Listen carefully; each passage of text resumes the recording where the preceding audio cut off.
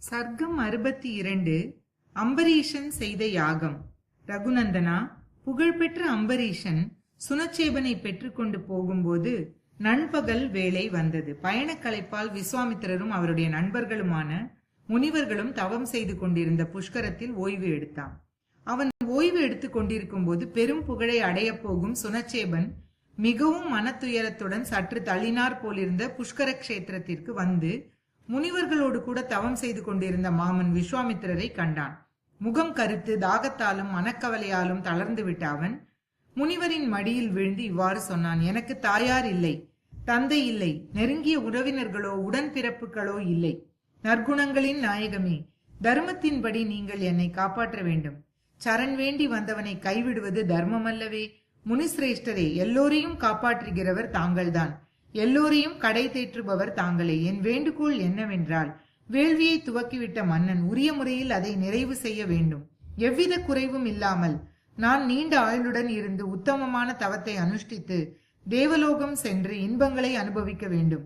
வேறு துணையில்லாத என்னை இரக்க மனம் கொண்ட தாங்கள்தான் காப்பாற்ற வேண்டும். தர்மாத்மாவே, ஆபத்திலிருந்து ஒரு மகனை அவன் தந்தை எவ்வாறு விடுவிப்பாரோ அவ்வாறே தாங்கள் என்னை ரட்சிக்க வேண்டும். அவனுடைய சொற்களை கேட்ட மகா தபஸ்வியான விஸ்வாமித்திரர் பலவாறாக பேசி சாந்தப்படுத்தி தன் புதல்வர்களை பார்த்து இவ்வாறு கூறினார்.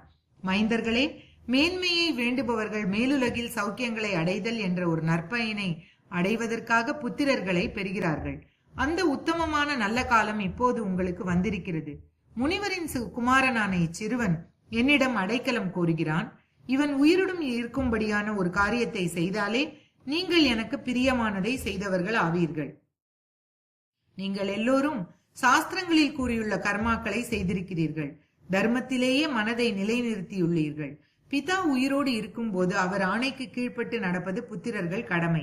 எனவே இப்போது நான் சொல்ல போவதை ஏற்று நீங்கள் நடப்பதுதான் அறநெறியாகும். மன்னனுடைய வேள்வியில் யாக பசுவாக ஒருவன் பயன்பட்டு அக்னி தேவனுக்கு திருப்தியை கொடுங்கள். இப்படி செய்தால் சுனச்சேபன் என்னை சரணடைந்ததன் பயனை அடைவான். யாகமும் எவ்வித குறையும் இல்லாமல் பூர்த்தியாகும். தேவதைகளும் திருப்தி அடைவார்கள். நானும் என் வாக்கை காப்பாற்றியவன் ஆவேன். மக்கள் திலகமே, முனிவருடைய சொற்களை கேட்ட மதுச்சந்தன் முதலான புதல்வர்கள் இருமாப்புடன் விளையாட்டு போல இவ்வாறு கூறினார்கள். தந்தையே, சொந்த பிள்ளைகளை விட்டுவிட்டு எப்படி அயலாருடைய மகனை காப்பாற்ற துணிந்தீர்கள்? நல்ல போஜனம் அருந்தி கொண்டிருக்கும் போது நாய் மாமிசத்தை கொண்டு வந்து பரிமாறுவது போல் இருக்கிறது. புதல்வர்களை சொற்களை கேட்ட முனிப்புங்கவர் கோபத்தால் சிவந்த கண்களுடன் அவர்களுக்கு சாபம் கொடுக்க ஆரம்பித்தார். உங்களுடைய கூற்று என்னிடம் பயமில்லாமல் சொல்லப்பட்டதாக இருக்கிறது. அறநெறிக்கு புறம்பானது. என் ஆணையை மீறியதாக இருக்கிறது. மயிர் கூச்சலை ஏற்படுத்தும் அளவுக்கு எதிர்பாராத கொடுமையாக இருக்கிறது.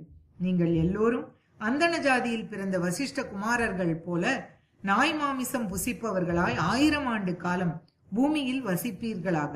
தலை சிறந்த முனிவரான அவர் தன் புத்திரர்களுக்கு சாபம் கொடுத்துவிட்டு சுனச்சேபனுக்கு ஆபத்திலிருந்து விலக்கக்கூடிய ரக்ஷோ மந்திரங்களால் பாதுகாப்பு செய்து அவனிடம் சொன்னார்.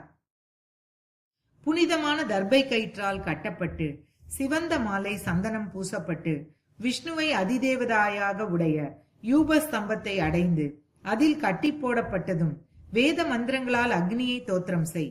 முனிகுமாரனே, அம்பரீஷனுடைய யாகத்தில் திவ்யமான இவ்விரண்டு வேத மந்திரங்களை மனமுருகி சொல்லி அதனால் உன் விருப்பத்தை அடைவாய், அதாவது உயிர் பிழைப்பாய். சுனச்சேபன் அவ்விரண்டு மந்திரங்களையும் ஒரே நினைவாக கேட்டுக்கொண்டு மனதில் பதித்து கொண்டான். உடனே அரசருள் சிங்கம் போன்ற அம்பரீஷனை பார்த்து சொன்னான். ராஜசிம்மமே, வீரரே, விரைவாக யாகசாலைக்கு செல்வோம். அரசருக்கு அரசே, யாக தீட்சை ஏற்றுக்கொள்ளுங்கள். யாகத்தை விரைவில் நிறைவு செய்யுங்கள். முனிபுத்திரரின் சொற்களை கேட்டு மிகவும் மகிழ்ச்சி அடைந்து கவனக்குறைவு இல்லாதவனாய் சீக்கிரத்தில் வேள்வி சாலையை அடைந்தான் மன்னன். முன்னர் யாக பசுவை இழந்ததற்கு காரணம் கவனக்குறைவு. அதுபோல இப்போதும் நேர்ந்துவிடக்கூடாது என்பதனால் கூடுதலான கவனம் செலுத்தினான். சபையோர்களின் அனுமதியை பெற்று யாக பசுவாக வந்திருப்பவனை தர்பைகளால் கட்டி சிவந்த ஆடை அணிவித்து யூபஸ்தம்பத்தில் இணைத்து கட்டி போட்டான்.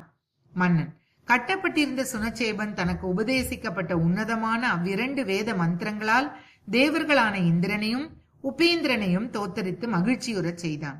ராகவனே, 1000 கண்ணனான இந்திரன் ரகசியமாக கூறப்பட்ட தோத்திரங்களால் மன திருப்தி அடைந்து சுனச்சேபன் முன் தோன்றி நீண்ட காலம் வாழ்வாயாக என்று அருளினான்.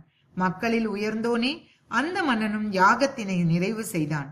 யாக பசுவை பலி கொடுக்காததால் குறைவு ஏற்பட்டு விடவில்லை. ராமா, இந்திரனுடைய அனுகிரகத்தால் அவனுக்கு, அதாவது அம்பரீஷனுக்கு பல மடங்கு நற்பயன் ஏற்பட்டது. தர்மாத்மாவான விஸ்வாமித்ரர் அந்த புனிதமான புஷ்கர பிரதேசத்தில் மீண்டும் 10,000 ஆண்டுகள் தவம் புரிந்தார்.